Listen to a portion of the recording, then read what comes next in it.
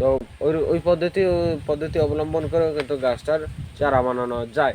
যে একটা গাছে ফলন ভালো হয়, সবেদা বড় হয়, সেই গাছটার আরও একটা চারা লাগবে, ওটার কিন্তু আঠি লাগিয়ে এমনকি ওইটার ডাল কেটে নিয়ে জোড়া কলম বাঁধতে পারেন। ঠিক আছে?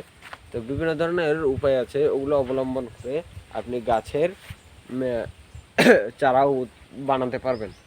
তো এই গাছগুলোতে কিন্তু সফেদা হয় প্রচুর পরিমাণে, দেখা যায় এক একটা গাছে 300-400-500 এরকমের সফেদা ফল হয়। তো এই সফেদা ফলের মানে যে পাতাগুলো, এগুলো কিন্তু আমরা জ্বালানির কাজে ব্যবহার করতে পারি। যখন এগুলো শুকিয়ে যায়, পাতাগুলো একদম শুকিয়ে যায়, তখন কিন্তু আমরা এই পাতাগুলোকে ঝাড়ু দিয়ে এক জায়গায় জড়ো করে, মানে কুড়িয়ে নিয়ে তারপর রোদে শুকিয়ে জ্বালানির কাজে ব্যবহার করতে পারি। আর এগুলোর ডালপালা যখন শুকিয়ে যায়, তখন কিন্তু এগুলোকে নিয়ে জ্বালানির কাজে আমরা ব্যবহার করতে পারি। এই গাছগুলোকে আরও বিভিন্ন ধরনের কাজে, যেমন জ্বালানির কাজে কয়েক ধরনের আমরা উপকার পাই।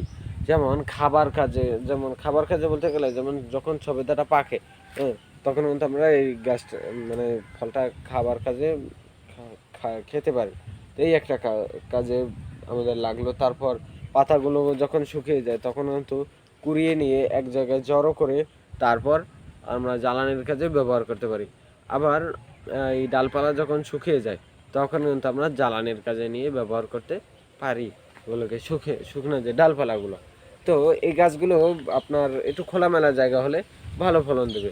আর এই গাছটা কিন্তু 4-5টা গাছের নিচে হয়ে রয়েছে, এর কারণে কিন্তু গাছটা ফলন দিচ্ছে না বেশি। হ্যাঁ, ফলন দিলেও সেগুলো ছোট ছোট।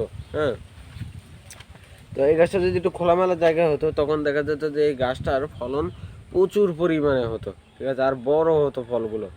হ্যাঁ, তো কিন্তু এই গাছটা একটা 4টা গাছের নিচে পড়ছে বিদায় গাছটা ফলন দিচ্ছে কম।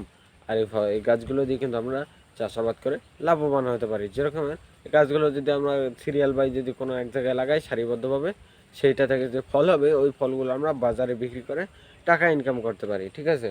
তো এই গাছগুলোতে বছরে একবার ফলন দেয়। ঠিক আছে? আর এই ফলনগুলো কিন্তু আপনার, এই যে ফলগুলো, এগুলো খেতে কিন্তু খুব সুস্বাদু, এমনকি মিষ্টি। ঠিক আছে? মানে খেতে প্রচুর পরিমাণে স্বাদ। যদি যারা গ্রামের থাকেন বা শহরেও খেয়ে থাকেন, হ্যাঁ, এই ফলটা বছরে একবার পাওয়া যায় ফলটা। হ্যাঁ, ওটার সিজনেও ফল হয়। যেরকম লিচু হয় লিচুর সিজনে, আমের সিজনে, কাঁঠালের সিজনে, সেরকমের এটাও এইটার সিজনেই ও বড় হয়।